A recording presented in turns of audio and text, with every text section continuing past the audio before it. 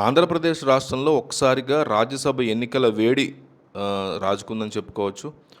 So, రాష్ట్రం నుంచి ఖాళీ అవుతున్నటువంటి 4 రాజ్యసభ స్థానాలకి నోటిఫికేషన్ రావడంతో రాజకీయ వర్గాల్లో సమీకరణాలు ఒక్కసారిగా వేగంగా మారిపోతూ వస్తున్నాయి. వచ్చే నెల 18వ తేదీతో నామినేషన్ల యొక్క గడువు ముగిడి ఉండడంతో ఏ పార్టీ ఎవరిని బరిలోకి దించుతుందనేటువంటి ఉత్కంఠ కూడా మనకు ప్రస్తుతం నెలకొంది. అసెంబ్లీలో ఉన్నటువంటి బలాబలాల్ని బట్టి ఈ 4 స్థానాలు ఏకగ్రీవం కావడం ఖాయంగా కనిపిస్తోంది డెఫినెట్‌గా.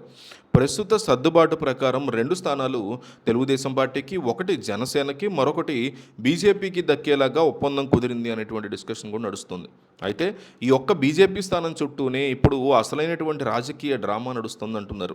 కూటమిలో సయోధ్య ఉన్నట్లు కనిపిస్తున్నా లోపల మాత్రం అభ్యర్థుల యొక్క ఎంపిక మీద తీవ్ర స్థాయిలో మంత్రాంగాలు సాగుతున్నాయి అనే డిస్కషన్ ఉంది.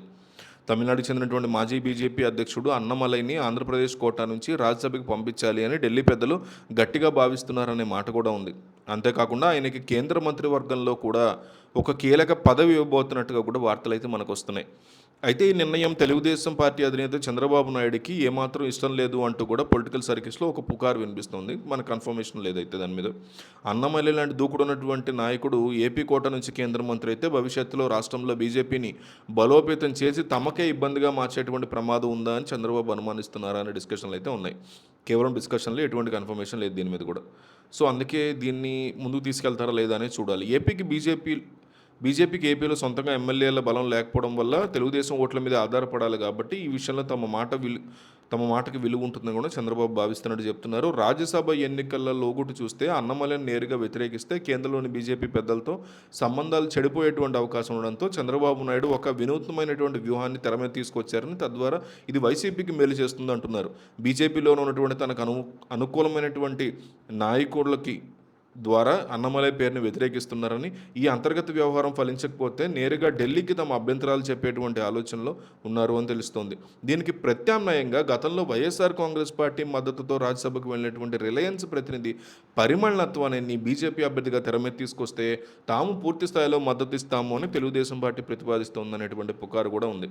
నత్వాని లాంటి పారిశ్రామికవేత్త అయితే రాష్ట్ర ప్రయోజనాలకి వాడుకోవచ్చు అని, అలాగే రాజకీయంగా తమకి ఎలాంటి ముప్పు ఉండదని భావించడం వల్లే ఈ కొత్త పేరుని తెర మీదకి తీసుకొచ్చినట్టు విశ్లేషకులు భావిస్తున్నట్టు తెలుస్తుంది.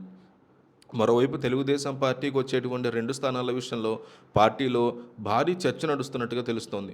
మొదట్లో ఈ 2 సీట్లలో ఒకదాన్ని సామాజిక సమీకరణల్లో భాగంగా ఎస్సీ లేదా బీసీ నాయకుడికి ఇవ్వాలి అని కూడా అనుకున్నట్టుగా చెప్తున్నారు. కానీ మారుతున్న రాజకీయ పరిస్థితుల నేపథ్యంలో రాబోయే రోజుల్లో ఎన్నికల ఖర్చుల్ని భరించగల బడా పారిశ్రామికవేత్తలకే ఈ స్థానాలను కేటాయించాలనేటువంటి నిర్ణయం ఇప్పటికే తీసుకున్నారనే మాట కూడా వినిపిస్తోంది. సో ఆర్థికంగా బలంగా ఉన్నవారిని పంపించడం ద్వారా బెనిఫిట్ పొందే ఛాన్సెస్ ఉన్నాయి అంటున్నారు. సో తద్వారా గతంలో జగన్ ఎవరినైతే పంపించారో అట్లా జగన్ ఎవరికైతే సపోర్ట్ ఇచ్చారో తమకి వీళ్ళు కూడా సపోర్ట్ ఇస్తే కనుక అది జగన్కి ప్లస్ అవుతుంది కదా అని వైసీపీ భావిస్తోంది.